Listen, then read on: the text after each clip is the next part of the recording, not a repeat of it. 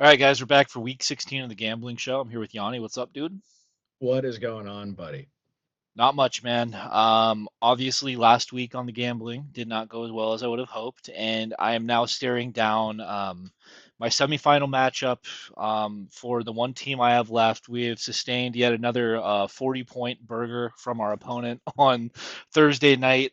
This week, my opponent had Puka. Last week, I had to play the Kyle Pitts roster, so we're gonna see if we can dig our way out of that. But let's talk about gambling. We'll just go straight to the Week 15 recap. I took a big hack last week, and 2 and 3 week, and when you're parlaying 4 games, that's never going to work. So let's go to it. Jets and Jags under 41 and a half. My reasoning behind this was I thought the Jets were not getting to 10 points, and I wanted to hedge against Trevor Lawrence. Little did I know Trevor Lawrence is actually the long-haired Fabio version of Joe Montana. He Yeah, throws for 5 touchdowns, rushes for another one.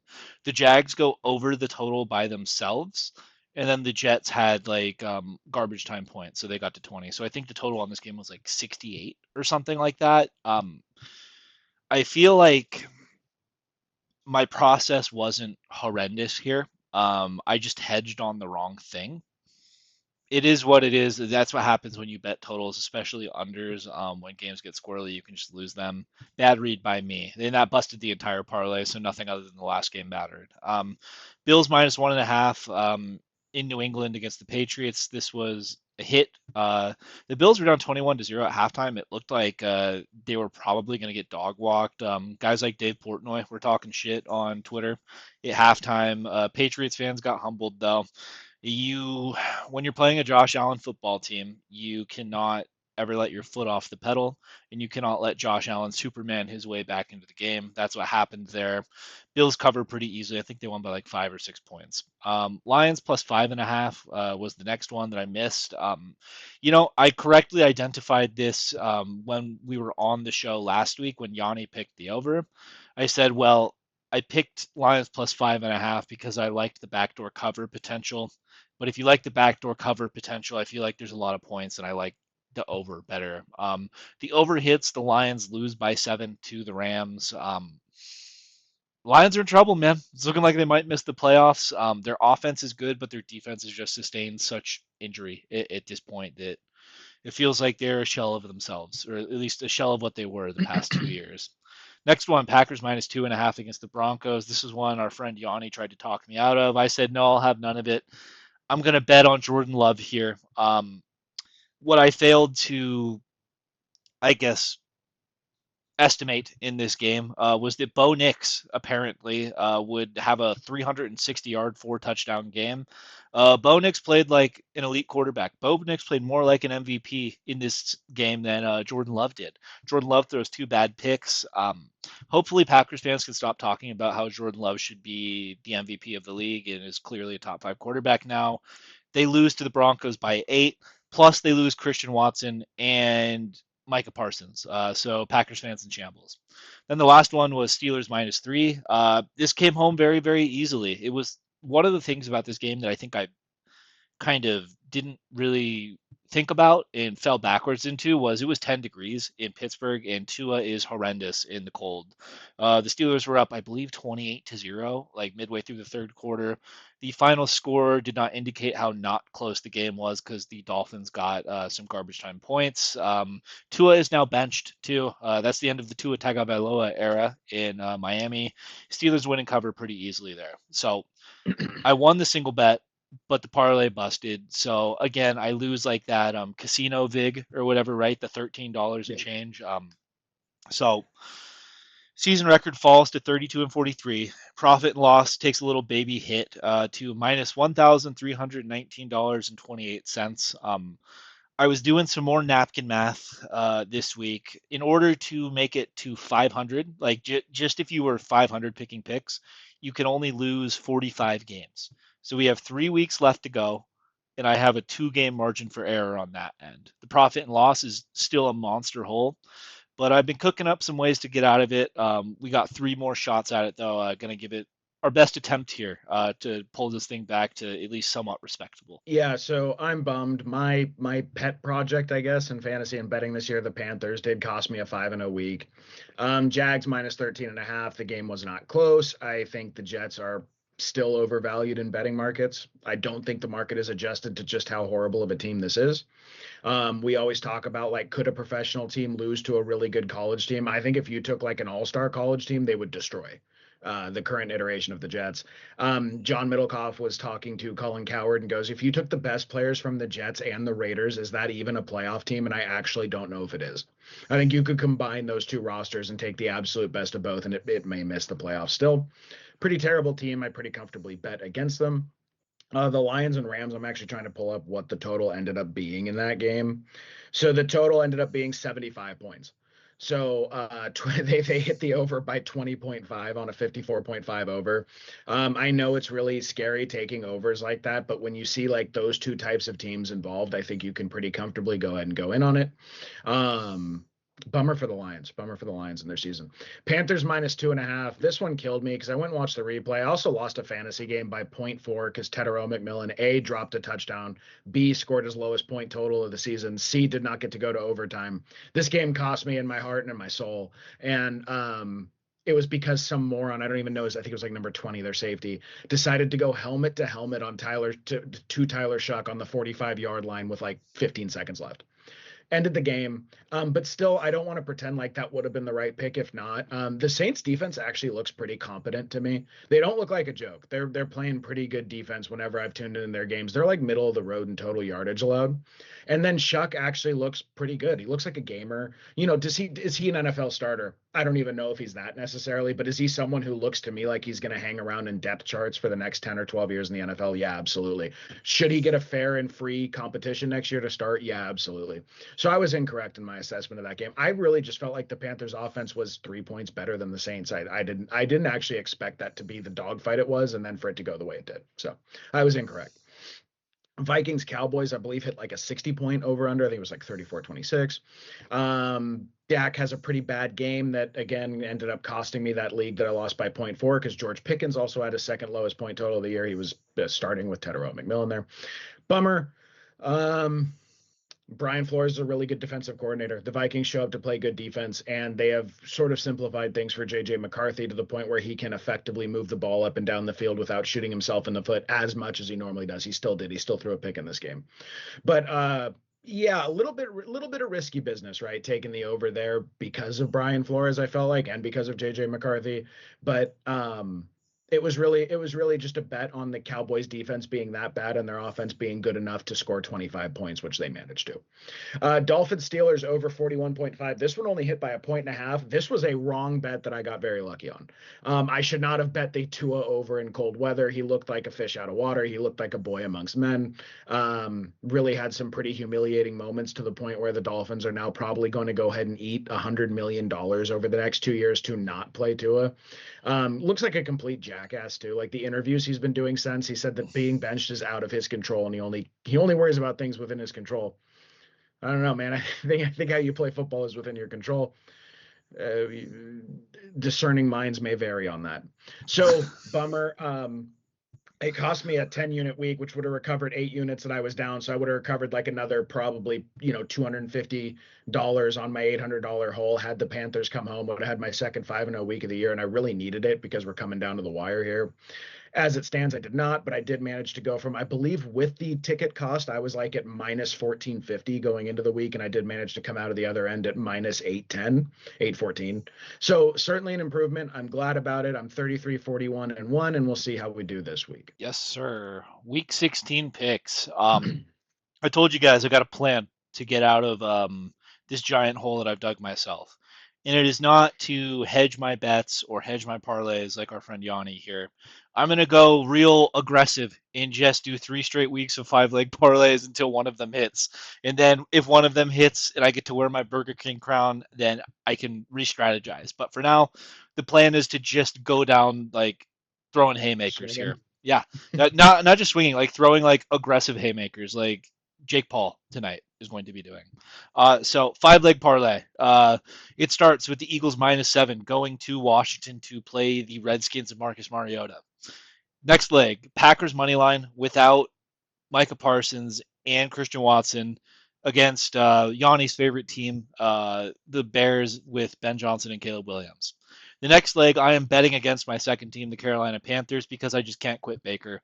Bucks -3, going to Carolina to play the Panthers in the NFC South Super Bowl. Next one, and this is actually my pick of the week. I'm putting my stink on it very early. Bengals -4.5, going to Miami to play the Tua-less Dolphins. I feel like that line is egregious, and it's one of my favorite picks of the entire year. Bengals -4.5. Then to finish up my perfect 5-0 week here, I felt, I was like, what team can bring me home?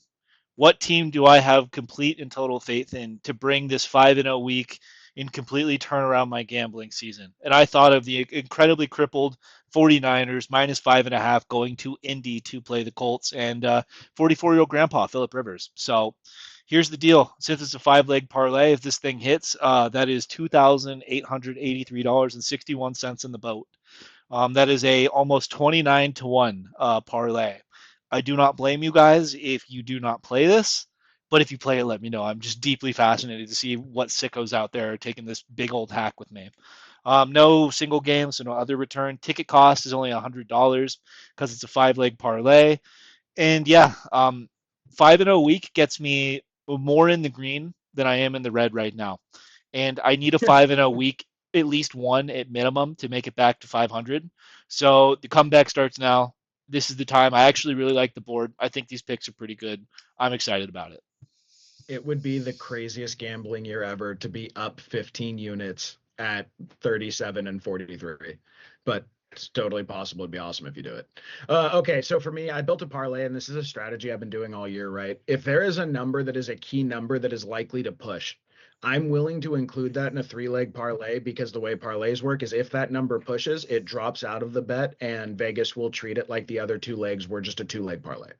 So this week I'm taking the Bills -10.5 on the road against the Cleveland Browns. The Cleveland Browns have a really banged up O line. I love that bet. I felt really good about it. I know it's a big number, but I think it's not big enough. I think the Vegas is still factoring in that Titans game a little bit too much. I'm going to parlay that with the Bucks -3. That's that key number I'm talking about. If it pushes, I'll live with it. And then I'm going to also include in that parlay the Bucks and Panthers over 45.5. So risky business. I think this is like the third or fourth time this year I'm taking a Bryce Young over, but I'm going to go ahead and do it again here when I really need it the most. And then I'm going to have a two-leg parlay on the 49ers and Colts game. I'm taking the 49ers -5.5 with our very own Theodore. I'm also going to take the Colts and 49ers under 46.5. I think that number's like borderline irresponsible by Vegas to offer on this sort of game. And we'll explain more when we get to it. So that's going to be my same game parlay for those, a two-leg parlay. Total parlay return between both of them, $1,076, so almost 11 units. I'm wagering 2 units. I'm down 8 units on the year. 33, 41, and 1. See if we can bounce back. I would be thrilled to see some green here. I would be thrilled just to hit the three-legger again, because that really swung my season total. So hopefully one or both of them comes home. Well, I hate to be the bearer of bad news, Yanni, but Yeah, in the entire show's history, every single time I have taken the 49ers, they have not covered or outright cool. lost a game. So, hey, Cool. you know what? I'm hoping you're usually pretty good on your Niners prognostications, though. So I'm hoping that Yeah, I can siphon off some of your good juju here to help my five-legger get. nice. Nice. Let's go. All right, game breakdowns. First one is me. It's going to be the Eagles -7 at the Redskins. Here's the numbers: 79% of total bets against the spread are on the Eagles here, and 87% of the total dollars against the spread are on the Eagles. So it's a public pick. It's even more of a big dollar pick. I understand why. This Redskins team has been brutal to watch for the majority of the year. Season records against the spread: the Eagles have covered 8 times. The Redskins have only covered 5 times. Offensive and defensive rankings: the Eagles are 22nd in offensive yards gained and 13th in defensive yards allowed. I believe the Eagles were like in the high 20s maybe 2 weeks ago on defensive yards Yep. allowed. So massive turnaround from them. And for the Redskins, they are 18th in offensive yards gained and 31st in defensive yards allowed. So I mean, this game was one of Simon and Chad's brass balls bets of the week. Redskins +7. I had to pick against them though, and really anything of a touchdown or under here with the Eagles for me was an auto play given the state of this Redskins team. The Eagles are going into this game without Jalen Carter and Lane Johnson, two incredibly important members of their team. The Eagles have struggled against teams that are not the Las Vegas Raiders recently, right? So I kind of see where they're coming from, but really what this is a bet on is it's a bet on the Eagles offense being able to just bully the Redskins. I've had this Redskins team pegged as like probably the worst defense in the league for a couple of weeks now. That the Cowboys got a little better when they traded for Quinn and Williams, and the Redskins have just progressively got more and more injured. I believe they're down two of their starting corners. Bobby Wagner sucks and is old. Really, and I feel like the Eagles' offense, while they've had multiple moments this year where they've looked not great, I feel like this is a get right spot here. The Redskins can't stop anything, so I'm expecting a good Saquon game here, contrary to what we've seen all year. Maybe I'm a Saquon coper. I'm not sure, but I do really like Saquon in this game. I think Jalen Hurts should be able to have his way here with the Redskins. This kind of reminds me of last week when we were talking about the Niners and Titans game.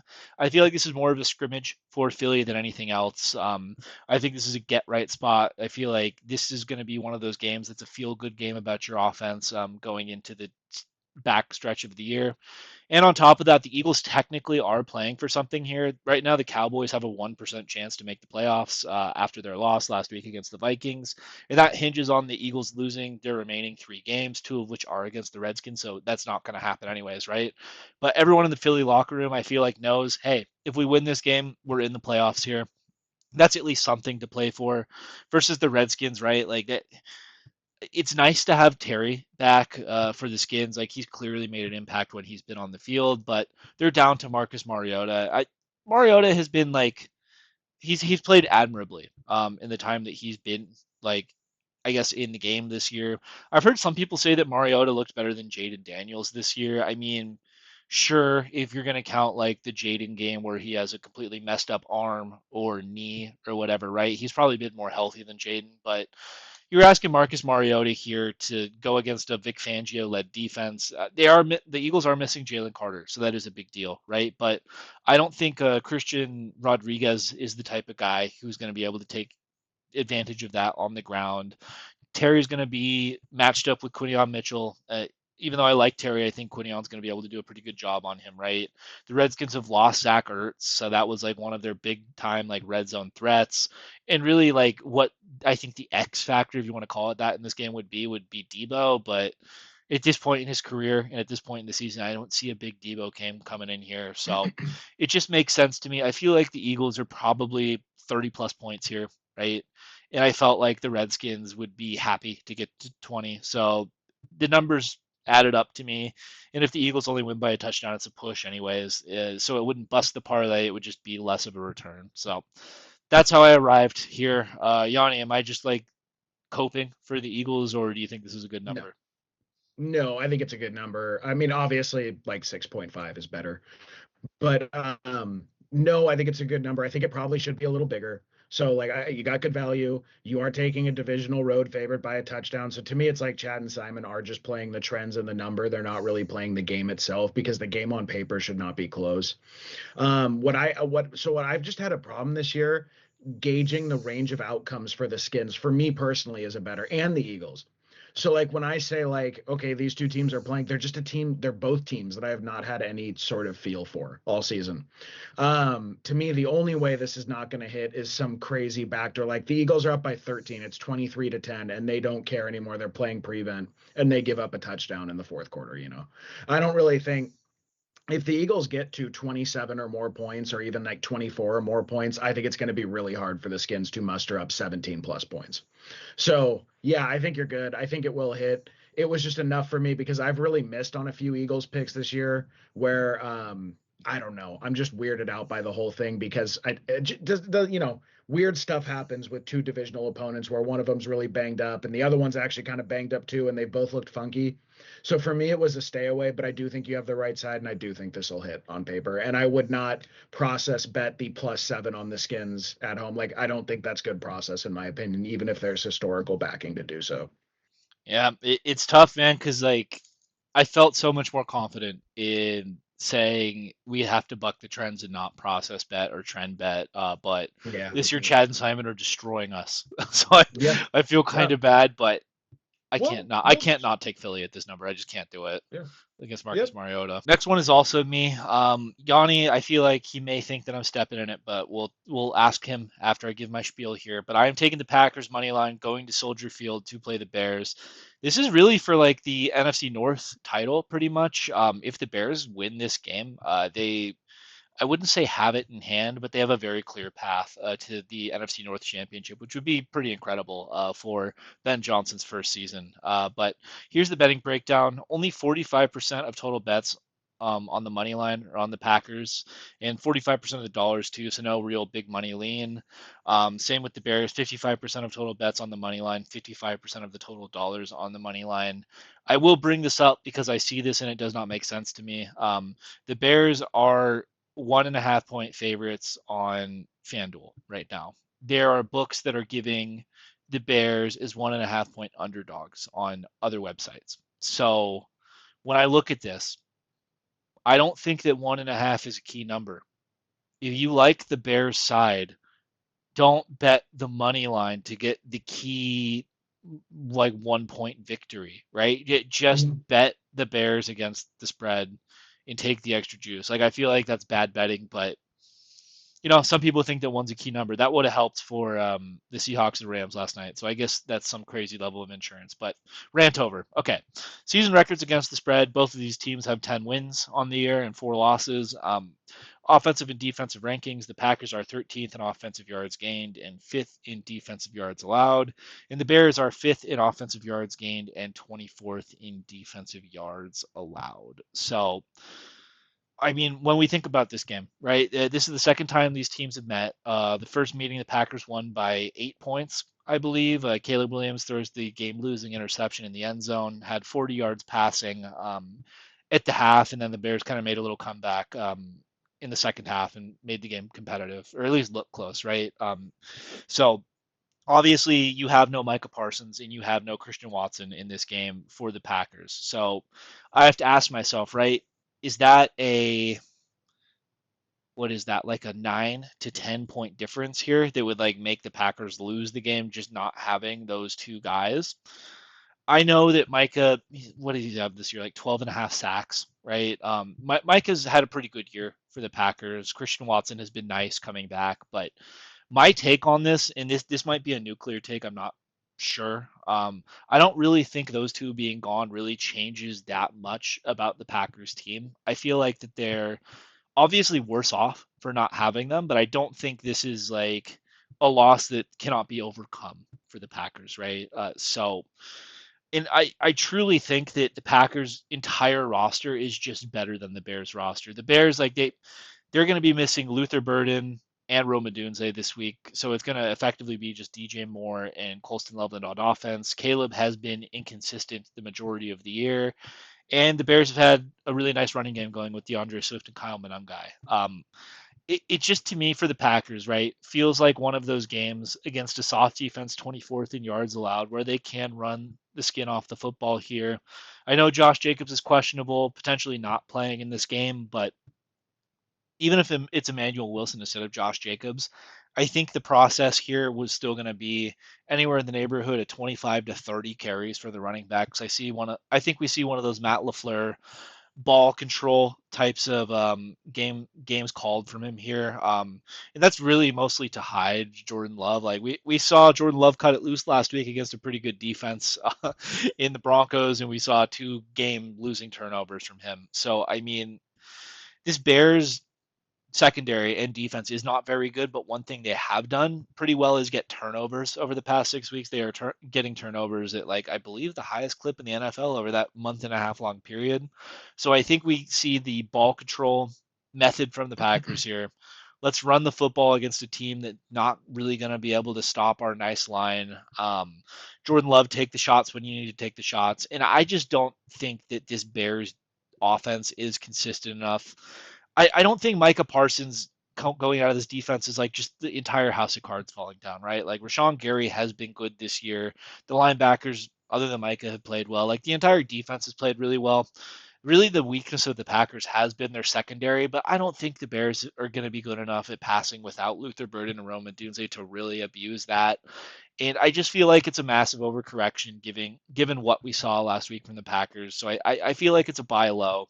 I understand this Packers team has just destroyed me betting this year. I feel like the Packers are one of my most bet and missed teams on the year, but I feel like this Bears team is a fake good team. I don't actually think they're a good team. I just think that they're well coached and have kind of stayed out of their way. But I don't think that that's going to be enough to stop Green Bay here in this spot. Not expecting a Jordan Love MVP performance, but I think it should be better than last week. What do you think, Yanni? You on the Bears here or what? I would be if I were betting the game. I would bet the Bears. And yeah, about the money line and the spread thing, it's like minus 20 difference, minus 15 difference. So if you know zero point 0.2 units is worth the juice to you, you can take out a little, or you can give up a little extra insurance. But I don't know. I don't think it really matters. I do think losing Luther Burden does really matter. He had 6 receptions for 84 yards last week. What I noted was he was like running the Amon Ra route tree from the Ben Johnson offense, and that is like the safety blanket, run after the catch roll, work the middle of the field, open up the whole offense roll. I do think missing him really matters. I think Olamide Zaccheaus is a significantly worse player than he is. It also looks like Cole Kmet could miss. He's been questionable all week, who is a receiving weapon that they have used at points this year. So you're asking Caleb to go against Green Bay, missing a lot of weapons. So I mean, it's not that like I think it's a very debatable pick. It's one that I would stay away from because I think it's very close, right? But for Green Bay, I do think Micah Parsons really matters, dude. That's an edge defender. That's like we're 49ers fans. What was the difference in the defense with Nick Bosa or without it?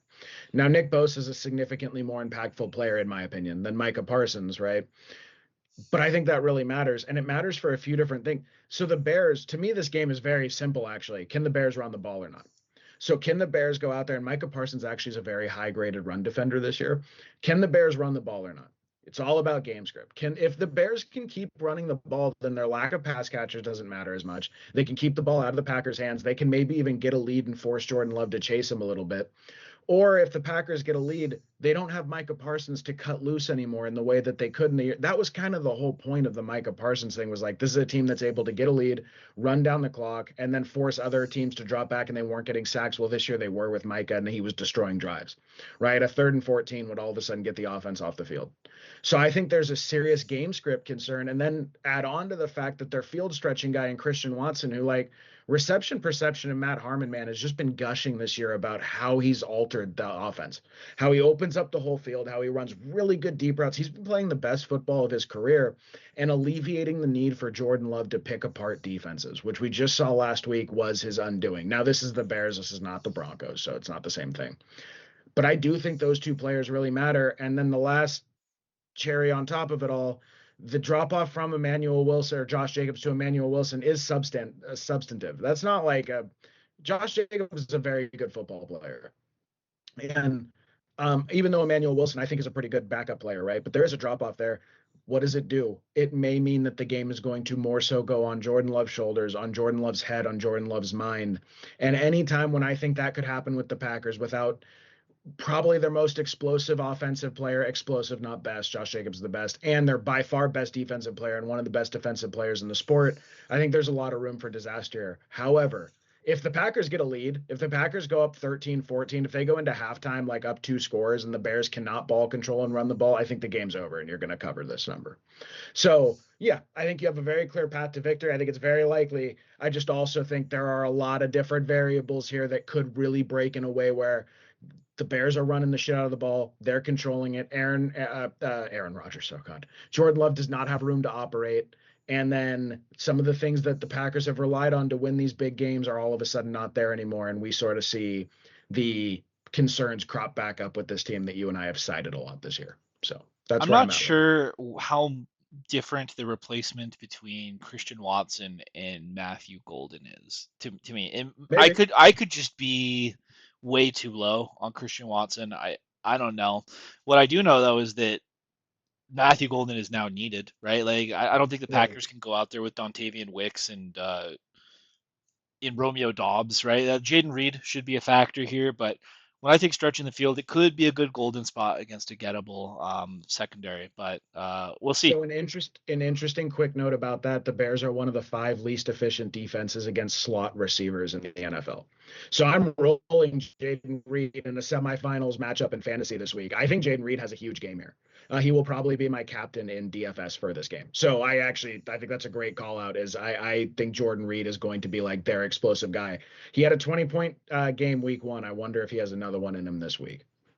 Need this 5-0 week. Okay, I'm taking what may be a sucker's bet. We'll let Ted weigh in when I'm done here. The Bills minus 10.5 on the road at Cleveland. 78% of total bets against the spread have gone on the Bills. 83% of total dollars bet against the spread have gone on the Bills. Season record against the spread for the Bills are 7-7. They have failed to cover a couple of these big numbers, which does make me a little nervous. Season record against the spread for the Browns are 5-9. Offensive ranking for the Bills in terms of yards gained is third. Defensive ranking in terms of yards allowed is 12th. Offensive ranking for the Browns, 30th. Defensive ranking, second. Absolutely hilarious that this defense has hung in there and played absurdly good football in the face of what they've had to deal with on the other side of the offensive ball. And also probably why the Browns went ahead and jettisoned Flacco out of town. They couldn't accidentally end up winning games and blowing their draft position here. So, look, to me, this is very straightforward. The difference between Josh Allen and Shador Sanders is worth 13, 14 points in my mind. Okay. They're both, I think, good defenses at what they do respectively. The Browns are much better against the run. The Bills are much better against the pass. Well, what does that mean? I think the Bills are going to get a lead. They're going to force the Browns to drop back. And I think Shador Sanders is going to do what Shador Sanders does. The Bills play tight end particularly well. The Browns utilize tight end at one of the highest rates in the whole NFL. If you take away the safety blanket of tight end, I think Shador is going to flounder a little bit. Quinshon Judkins has averaged like under 2 yards a carry for the last 3 or 4 weeks since the Cleveland Browns O-line got really banged up. Normally, there are valid concerns about the quality of the Bills' rushing defense. I do not think that matters here when you're playing 3 or 4 practice squad or depth piece guys on your O-line. I think the Cleveland Browns thing has been really fun this year in some respects, like to see when does Shador take the field, and then he took the field, and it's sort of interesting. And then Fannin Jr. is like actually having a sneaky top 10 rookie season all time for tight ends. He's actually been a really damn good player that somehow fell to the third round. Quinshon Judkins, I think, is a sick player out of Ohio State. I think he's going to be a really good football player down the road. Sampson, really fun rookie. Isaiah Bond, really fun rookie. Jerry Jeudy, who they never should have signed, is playing football there. That sort of thing. So I do actually think the Browns story has been kind of fun, but I think that's getting overvalued in the market a little bit. I think this Browns team, in terms of their range of outcomes, is much closer to the Tennessee Titans. I don't want to say the Jets or the Raiders. I think that's like I don't think they're on that level, but like they're much closer to a Tennessee Titans sort of team where I don't think they're going to hang in there with good rosters. I really don't. I think the Titans game was an aberration. They didn't cover this that number against the 49ers. The 49ers are a significantly less serious defense, and they held them to 8 points. I also, in my opinion, think the Browns are actively trying to lose games. I do not believe, from the coaching staff to the front office, I don't believe they're trying to win football games anymore. I really don't. Stefanski almost looked annoyed when he said that they're going to leave Shador Sanders as the starter because Dylan Gabriel was so perfect at like sort of playing games but losing all of them. So, yeah, to me, this is a put them out of their misery game. Bills go out there. I don't see them winning by less than 2 touchdowns. I would have taken this number up to 13.5. Are you eligible for the backdoor cover? Absolutely. Could Quinshon Judkins break a 60-yard touchdown here? Absolutely. Totally could happen. But what I see happening instead is the Bills get out to a lead and then they tee off with their pass rush. Shador throws a couple interceptions and this thing gets out of hand pretty quickly. Would not be surprised at all to see like 27-7 or 34-16, something like that. So I'm expecting a boring game in which the Bills win handily. Well, do you ever watch the gambling show that John Middlecoff does with that guy Stuckey? He kind of looks like one of those Moai Sometimes. like face people or whatever, the stone like tablets with his big giant like chin Yeah, or whatever. The Easter Yes, Island yes. heads. Yeah, he has Yeah. Easter Island head. So he Stucky really like always looks like he always looks like he's going through it. I always feel like that guy's got just some serious stuff going on. Whatever he's, I don't know how to describe it. It seems like betting's like life and death for him. But yeah, go on. Well, he just had like a kid or whatever, and he's like, yeah, like Oh, maybe that's it. my wife Oh, like wanted to go to like church on this Sunday, and she knew football was on. She didn't even ask me, whatever, right? So I just imagine he's one of those guys like with 5 games on at a time, like sweating it out in like his basement or whatever. But anyways, so Stucky really liked the Browns plus 10.5 because he is one of like the pioneers or like one of the biggest believers in the Browns defense home and away splits, right? So you're laying 10.5 points with the Bills going to Cleveland to play the Browns, right? Browns defense at home is better, that whole thing. yeah. The reason why I think you're right, and I think you have the right side, and what I think Stuckey is missing here, is the Browns have just been hemorrhaging yards over the past month at the running back position. DeAndre Swift Yeah. went for 100 last week. I think they're averaging like 150 to 160 yards on the ground per game over the last month or whatever, right? So they're kind of showing like a little chink in their defensive armor. And I think Yeah. the Bills are perfectly happy here to have a really run heavy game script with James Cook and Josh Allen keeping the ball as well, right? When I think of the Browns, like it's like Miles Garrett getting after the passer or whatever, right? So I think like the fear of this game would be that the Browns defense comes out and looks like the Texans did when they played the Bills on Thursday night and sacked Josh Allen 10 times. I don't think they're going to have that opportunity. I think that the Bills are going to come out here, build a lead, and just run the shit out of the football. Then on the Hmm. Browns side, right? Like, obviously, it's a stylistic advantage to run against the Bills. So I think that if the Browns are smart, what they should be doing is running the ball here. Like I would want to see 30 plus runs from them. But at the same time, right, you have the injuries on the O line, and I think the Bills know that just as well. That hey, if Shador has to throw here, we're gonna win this pretty easily. So I think they'll stack the box and be able to stop Quinshawn. And then when Shador drops back here against a team that's built to stop Patrick Mahomes and is really good against the quarterback, held Drake May under 200 yards, 0 touchdowns in the air last week. You got no chance. So Yeah. even though it is picking against the Browns' home defense and what I think is a very fun defensive unit, I think that stylistically it's a great matchup for the Bills. I do think they cover this number. The only reason this one didn't make it in mine is that I just liked all of my other five better. But this is part of why I said it was a good board. There were a lot of games I felt pretty good about, and this is one of them. So I think you got a winner there. Bucks -3 at the Panthers, and I'm taking the over 45.5. I'm parlaying that with the Bills game, but we're both on the Bucks at -3. 44% of total bets against the spread have gone on the Buccaneers. 46% of total dollars on the spread have gone against the Buccaneers. I'm actually pretty surprised that the Panthers are a public pick here after what we saw last week against the Saints, but I don't know, man. Maybe their fans are all excited. Season record against the spread, the Bucks are only 5-9. Season record against the spread, the Panthers are 8-6. 63% of total bets on the point total have gone on the over, and 65% of total dollars bet on the point total have gone on the over. So that's pretty good. I guess I'm a public pick there. Season record over under for the Buccaneers are 8-6. Season record over under for the Panthers is 7-7. 7 overs, 7 unders, even money. For the Buccaneers, both of these numbers were pretty startling to me, to be honest with you. They are the 21st ranked offense and 25th ranked defense, just really having like close to a bottom 10 year on both sides of the football. For the Panthers, they are the 24th ranked offense, 17th ranked defense. They had like a little run there where they were fringe top 12. I think they got as high as like 11 in total yardage allowed per game, but that has since declined as they've gotten worse as the year has gone on, which is interesting. So why am I taking this bet? I think it's a very modest number to lay on what I consider a much better and more functional offense. The Buccaneers have Bucky Irving back. They have Mike Evans back. They have Ibuka, McMillan, and Godwin on the field with Baker Mayfield and Kate Otten. They had no business losing that game last week. It was a pretty funky series of events that transpired to get them to lose it. I mean, the reality is Baker needs to hit his throws. Baker is not playing good ball. He's missing key throws, and it is swinging outcomes for his team. So, do I think Baker Mayfield's capable of playing better against the Panthers? The Panthers have actually been a sneakily good pass defense. They have good members of their secondary. They've played good ball, but I think there's too many guys to defend here as far as the Tampa Bay Buccaneers go. It's just they have their guys back. If Baker can just hit like 3 to 5 more of these throws he's been missing. If he just puts that ball in front of Igbuka last week and lets him run, he probably throws a game-winning touchdown and they put the game away, right?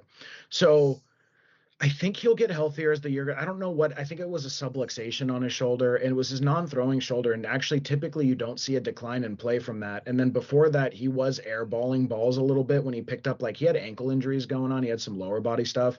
We saw that a little bit with Brock Purdy, where Brock has been really high, like at times this year. So maybe he's got some sort of mechanical issues going on in this base of his throws, and that's why we're seeing it. You would think as the weeks go on, it gets better, but sometimes as guys take more hits, it just doesn't, and that's just where they're at for the rest of the year. For the Panther side, I think Jalen Coker's breaking out a little bit. Like, we're big fans of Jalen Coker on this channel. He's been getting those nice sideline routes, man, and like really doing some damage in the offense the last 2 weeks. I think that helps this passing offense immensely as a whole. The Buccaneers have been very vulnerable on the ground and in the air. They are not the defense they used to be. They're the 25th ranked offense in yards allowed. I normally would not take a Bryce Young over unless he's playing a trash defense. I've done it a few times this year. I believe I've hit every one. I might have missed one of them, but I believe I've hit the 2 or 3 times before this when I've taken a Panthers over because I try to pick my shots with it. I try to pick the right times to do so. I took them against the Cowboys, for example. I think this is the right time to do it. I think even if it's not Tedero McMillan, who's apparently he disclosed, I wish he had told me, he'd been dealing with a foot injury for 5 weeks. He said now an ankle and foot injury, and then off and on hamstring injuries. I think the season's starting to wear on him a little bit. Well, Jalen Coker, I think, actually is capable of making some splash plays for this team, which really matter. And I think Rico Dowdle and Chuba Hubbard have both looked really good the last few weeks. So, 23 points each is the obligation of these teams to get the over on the game. I actually do think they'll hit that. I'm worried a little bit about like a 24-20 score. 24-17 also feels like it's well within the range of outcomes. I would prefer this was like at 43 and a half or 42 and a half, feels a little bit more appropriate to me. So maybe it's a little bit of a sucker's bet. Um, but I don't know. I like it. I like it. I like what both these teams are offensively, and I think the Buccaneers are real frustrated. I also would not be surprised at all to see the Bucks come out and hang 31 or 35. So I'm comfortably parlaying it in the same game. Me and Ted will be riding together on the spread, and I do think this comes home. I would be pretty surprised if the Panthers go out there and take it to the Bucks and take first place of the division from them. Oh, I believe the Panthers only have one loss in their home barn this year, so maybe that's maybe that's why people are betting the Panthers here. I'm of the opinion, and this is coming from a second fan of the Carolina Panthers. I'm of the opinion that the Atlanta Falcons with Kirk Cousins are a significantly better team than the Carolina Panthers. I cannot stand what they roll out there on offense on a consistent basis, and I'm of the opinion Bryce Young's like a bottom 3, 4 quarterback in the league. Like I am not a Bryce Young guy at all. So for me, right, I was trying to follow the breadcrumbs here. Obviously, the Bucks lose in horrendous fashion on Thursday night last week to the Falcons. It probably can't, from a vibes perspective, can't possibly look worse than that. But I saw Baker get close to 300 yards, which he hadn't done over the past like 7, 8 weeks, something like that. Ever since like the Lions game on Monday night, his mojo kind of got stolen like Austin Powers. But I started seeing a little something there with Mike Evans being back in the offense. I feel like the offense is working more as designed with Bucky Irving in there, with Mike Evans being able to play the X role. It allows Ibuka to move around, be in the slot a little bit more, sometimes not even be on the field, which I think is kind of crazy to me. But I do think it's like a process bet for me almost. And I'm process betting that Baker is going to have a good game, which I understand like it has not been like that over the past 2 months or so, right? So I get where there could be some consternation there. I get where people are willing to sell the shit out of the Buccaneers, but this is a playoff game. I feel like there is no way that this iteration of the Panthers team gets in the playoffs. I just refuse to acknowledge them as a playoff team. I think the Bucks are significantly better in all aspects, and the Panthers defensive rank, right, 17th. I know some people like are saying the Panthers defense is good. I'm not. I don't think they're good. I don't think they're good at anything. I think they have like a couple of nice players on the defense, but I think the Bucks should be able to do what they want here. I probably would have bet this up to 4 or 5, honestly. And I feel like that's just because we're getting a buy low on the Bucks here. When you get embarrassed in a standalone game like that, right? Like the market reacts to it, people react to it, hot takes are flying around. But I'm not of the opinion the Buccaneers can do anything in the playoffs this year. I think they're probably a one and done, most likely. But I think they're 3 points better than the Panthers here. Give me that third leg of the parlay. All right, next one, and this is my favorite pick of the week. You know, laying 4.5 with the Bengals, especially the 4-win Bengals, like it. I don't think it feels very good. But I think that something in this game is being massively, massively, massively like undervalued and overlooked by the market. So I think this is a steal here. Pick of the year might be one of, or not pick of the year, pick of the week, and I would say maybe like a top five. One of my favorite picks of the year here. It's going to be the Bengals -4.5 going to Miami to play the Tua-less Dolphins. Let's see the betting breakdown here. 58% of total bets against the spread are on the Bengals. So not a ton of people willing to take the plunge here, but it is more than half. And then 71% of total dollars against the spread are on the Bengals here. I feel like this may be sharp money. I don't want to like pat myself on the back too much calling this sharp, but I really do like this bet. I think this is a fantastic bet. Season records against the spread: the Bengals are 6-8, and the Dolphins are 7-7. Offensive and defensive ranks, the Bengals are 23rd in offensive yards gained, and they are last in the league in defensive yards allowed. They allow a lot of yards. As for the Dolphins, they are 25th in offensive yards gained and 19th in defensive yards allowed. And I mean, if we're just want to be really quick with it, this is like a blatant bet against Quinn Ewers being able to operate a Mike McDaniel led Dolphins offense. Tua is one of the players that I have dunked on the most this year. I love to make fun of Tua. Like seeing some of the Tua picks that have happened this year have been like hilarious to me. I'm just like, how is he blind? How does he not see that guy, right? Like obviously like guy on the couch sitting there doesn't know shit about football and like is like making fun of a professional athlete, right? I get how it looks, but really though, so some of the play that Tua has displayed this year, I'm shocked.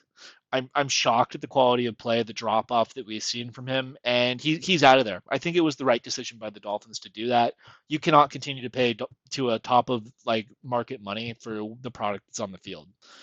The problem with that is though, I still think even with all of the flaws that Tua Tagovailoa obviously has for the Dolphins, I think there were some things that he did pretty well that are no longer going to be able to be leaned on by this offense. The Devon Achan classic PPR scam dump offs last year in fantasy for Devon Achan owners. For me, this is something I paid very close attention to. When Tua went out because of his concussions last year, Devon Achan was like an unstartable fantasy asset during that time. Like I think he was like averaging 4 to 6 points a game or something like that, right? And a lot of that is because that floor, that high floor that was presented with these crazy dump offs that the Dolphins love to do, just weren't there anymore. Snoop Huntley was not able to do that. So really, when I look at this, right, like you're asking Quinn Ewers, who, and I pulled up his numbers from the one time he played this year against the Browns. This was the game after Tua threw the 3 picks. They were saying, "Give it to me, Tua," and Mike McDaniel goes, "Get off the field!" Right? Quinn Ewers comes in.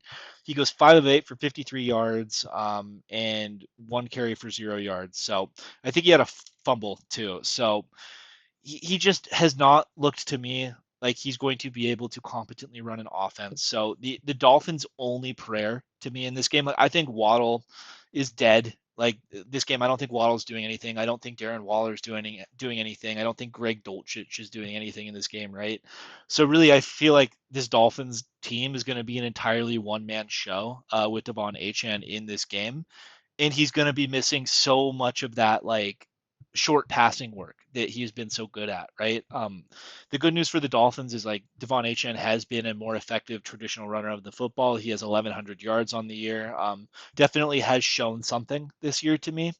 But on the other end, right, you're asking Devon Achane, the one guy, to keep up with a Joe Burrow led Bengals team who just got blown out in a game to like basically lose their entire season. The Bengals were technically still alive before they lost to the Ravens. Now it's officially toast. We have the numbers on teams that are underdogs and get blown out the previous week. They tend to perform a lot better because the market over adjusts the other way.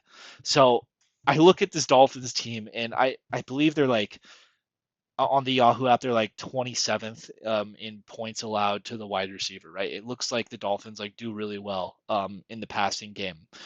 I feel like so much of that has been because you can just run on the Dolphins and it does not matter. I think we get pissed off Joe Burrow in this game. My inclination here is T. Higgins does not play. He's still in the concussion protocol. He's questionable going into the game, so there is a chance they haven't ruled him out yet. But I'm going to assume he's not. I think that this is a Joe Burrow and Jamar Chase like throwback game to last year. Pissed off Joe Burrow, like there's been a lot of noise in the media about where's Joe Burrow going to play next year? Is he going to force his way out of Cincinnati? All this type of stuff, right? I even had Pat. He's a guy in one of our fantasy leagues. Like hits up like one of our gaming chats. He goes, "Where do you think Joe Burrow's playing next year?" And like that visibly made me mad to see. I was like, "How could you possibly think that Joe Burrow's going anywhere?" Right? I think Joe Burrow is going to come out here with a statement game against a severely undertooled and dog shit defense in Miami. I think the Bengals put up 40 here. I really, really do. I don't think this is close. I would have bet this over 7 probably. There have not been many highlights for the Bengals this year, but Joe Burrow being back in the lineup means something. I'm not getting scared off by getting shut out by the Ravens, who have been playing good defense. The Dolphins, it's a total get right spot here. So that's why I'm on Cincinnati. What do you think, Yanni? I remember last year you were just pinging Bengals bets left and right. I feel like you haven't been doing that as much this year. Why didn't you play this one? Because like to me, it's a screaming value. I think this is such a fantastic pick. I've just lost a lot of Bengals picks lately, dude. You know what I mean? I don't, again, it's one of those teams, like I start to get burnt out when all year I keep thinking I have a read on things and I get it wrong. Um, their offense has looked weird. It hasn't looked right to me in some respects, right?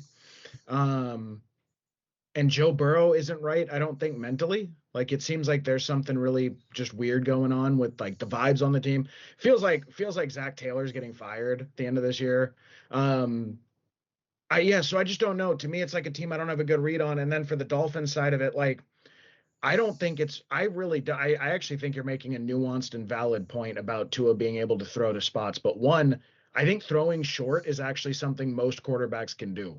So as far as do I think the short stuff will work? Yeah, I actually do. And could they lean more heavily on tight end against a team that's historically bad against tight end? Yeah, I think they may. Um, so and then I don't know what a drop off from Tua looks like. Like dude, it's pretty hard to like. Tua's been playing close to the worst quarterback I've ever seen be allowed to continue to play a full season in football. But I still think you're right. Like I still think everything you said is right. I just don't know. I didn't feel good about any of it. I did look at it. Um, and I also I just wonder like do they go out there like the Colts with Philip Rivers and just try to hammer the ball 30 40 times on the ground. I think Miami's actually capable of doing that against the Bengals. So I just think there's a weird wide range of outcomes, but the number's so short. 5 points is a pretty easy thing to cover. A touchdown, right? A touchdown win. Yeah, so that's all it is for me. To me, it's a lot of unknowns. And if there's really a lot of unknowns and I don't feel great about it, I just stay away from it. But it also probably is that I'm a little gun shy and a little bit biased against Bengals picks because they've cost me quite a bit this year. I've just been wrong about the team like a lot. So that's mostly what it is for me. Okay, Colts minus five, or excuse me, 49ers minus 5.5 at the Colts with an under of 46.5 on my end. I am taking the same game parlay. 58% of total bets against the spread have gone on the 49ers. 70% of total dollars bet on the spread have gone on the 49ers. Season record against the spread, the 49ers are 9-5. Colts record against the spread, they are 8-5-1. 60% of total bets on the 60% of bets on the total have gone on the over. 59% of dollars bet on the total have gone on the over. And then the season record over and under for the 49ers is 8-6. The season record over and under for the Colts is 7-7. Offensive rank for the 49ers 10th. Defensive rank for the 49ers 18th. Dropping like a log since the first quarter of the season. Offensive rank for the Colts are 7th, although those were the pre-Philip Rivers Colts. Defensive rank for the Colts are 22nd. And that's really why I'm betting the point total in this game, and I am taking the under. One, there seems to be a report of not rain, snow, precipitation, but snow in this case, and then potentially winds. I think there's a chance it's an inclement weather game, which Colts tends are to in a really dome. hurt. Colts are in a dome, my friend. I Lucas don't think Oil. I don't think it's a dome. Isn't it a partial dome? They can I, close. They can close the oh, roof. they can They close it. I close thought the it. roof. Yeah. Okay. So I thought it was like one of those like okay, I thought it was a partial dome where the middle's open or whatever. Okay, that's great then. Either way. Brock Purdy doesn't like the cold, then fuck it. We'll start a rumor on the channel. I don't think Brock Purdy likes it when he wakes up in the morning and it's chilly. So look, but I still look, whether or no weather, I would take the under here. And like when you looked at the style of offense that the Colts brought into Seattle last week, I think that is very much what their reality is going forward. I think the reality of the Colts offense going forward, and I think in this game especially, they are going to try to give Jonathan Taylor 28 to 35 carries. I think they're going to throw the ball really short. They're going to rely on Philip Rivers to check out of coverages. If you guys saw the clips on social media this week, there was some really cool stuff about breaking down how he plays the quarterback like a traditional pocket quarterback. It was fascinating. I highly recommend going to check it out. And Shanahan actually touched on it this week. So I think it's a dink and dunk style offense. I think it's run the ball. I think the Niners are going to have 8 or 9 men in the box and force Philip Rivers to beat them over the top of their defense. I think that the Colts, in and of themselves, right? They already had issues with like explosive guys down the field. I know they have Alec Pierce, but dude, Alec Pierce's A dot with Daniel Jones was like 18. 18 average to 18-yard average depth of target from this guy. Josh Downs is a really fun little gadgety player underneath. Tyler Warren is a very effective player working underneath, especially and down the seams. They have some guys that can do it, but you need a quarterback that can get the ball there. And Philip Rivers' arm did not look lively to me. The Seahawks players last week were talking about having to adjust in the same way a batter adjusts to a changeup pitch because when he threw the ball, it was at such a weird pace that they had never seen it before in their football careers.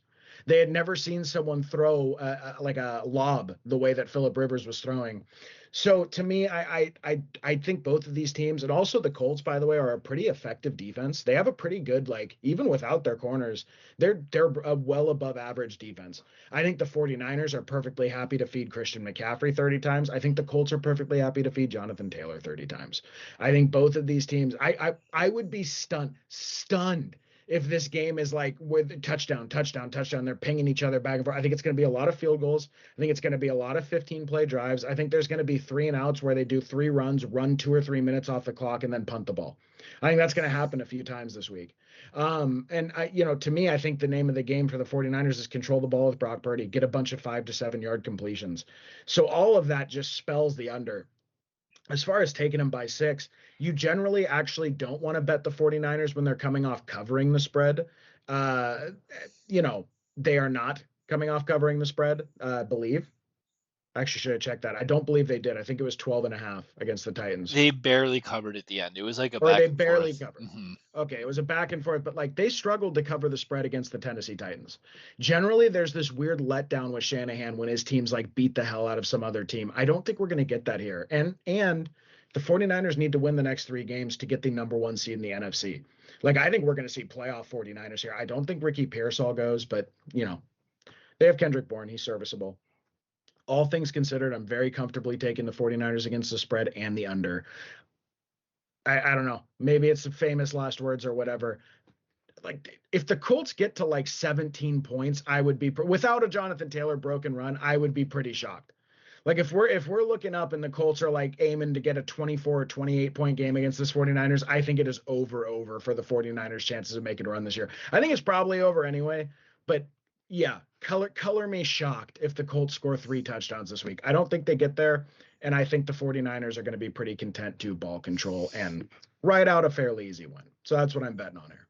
Yeah, I mean for me, right? Obviously, like historically, you don't want to bet the 49ers after they cover a number, but I think that this game is a historical outlier given that there's a 44-year-old grandfather that is Yes. quarterbacking the other team. So I mean, when we talk about it, right? Like the Niners did not, or it was close last week because they allowed 24 points to the Titans, right? I think that almost all of the points that the Colts get will be a product of Jonathan Taylor, our friend. And the Niners like really haven't, to my estimation, shown an ability to stop the run at any point this season. So I would imagine, plus the indoor, like in a dome, right? I would imagine that's why people are betting on the over. But to me, like if you can't push the ball down the field, if you cannot throw past like the 10-yard marker, if you can't throw past the first down marker, I think it really handicaps your offense here. So Obviously, the Colts went from the most prolific offense on a per drive basis in NFL history to what they are now. It's really depressing. And on the other side, I really, really like the spot offensively for the 49ers. I think that without Sauce and Mooney Ward out there, that it's going to be Brock Purdy teeing off season. The Colts have been playing pretty well against the run, so I think it's going to be a big Brock Purdy game, actually. I think over 300 yards is absolutely in the cards here. I think we see a huge George Kittle game.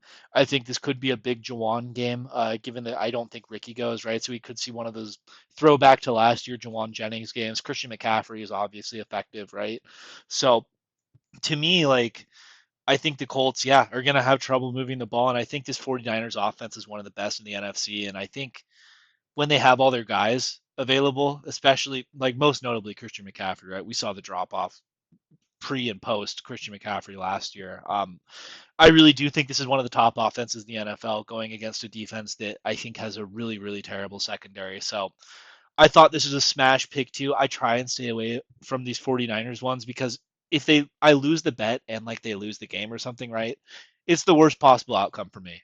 So it takes a lot for me to jump on the 49ers here, but you cannot bet Philip Rivers under a touchdown. I just can't do it.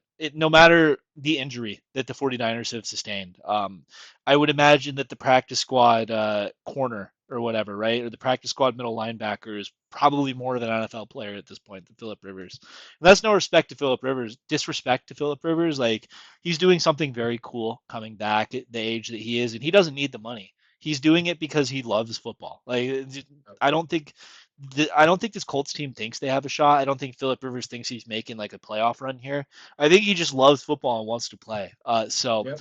mad props to him. Going to be a big spot on Monday night, but for me, this is pretty easy. Niners here on the road to the 1 seed. But yeah, that's going to do it for us. If you made it through the whole video, thank you. Please like, subscribe, hit the bell. It helps the channel out.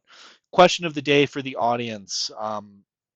Yanni, do you got one? I was going to ask about Jake Paul, but that's happening in 30 minutes, so Yeah, video won't I be don't on. know. How are you guys doing with your semifinals? How many semifinals are you in? How many leagues are you guys in? How many did you make it in? Did we help you at all? I'm curious how we're feeling. Unfortunately, I'm an extremely heavy Rashi Rice investor. I'm an extremely heavy George Pickens and Dak Prescott investor. I'm an extremely heavy Devon A. Chan investor, and I think I'm going to take a beating this weekend. I really do. Like I'm shuddering to think of what is going to happen to me this weekend. Unfortunately. But I hope you guys, I wish for the best for all of you. Good luck, and please let us know, like, if anything we've said or anything we've helped you out with helped you get to some semifinals, and if we're going to make some championships next week. I just want to know how your guys' fantasy season's going. Please post down below. And we'll catch you guys next week.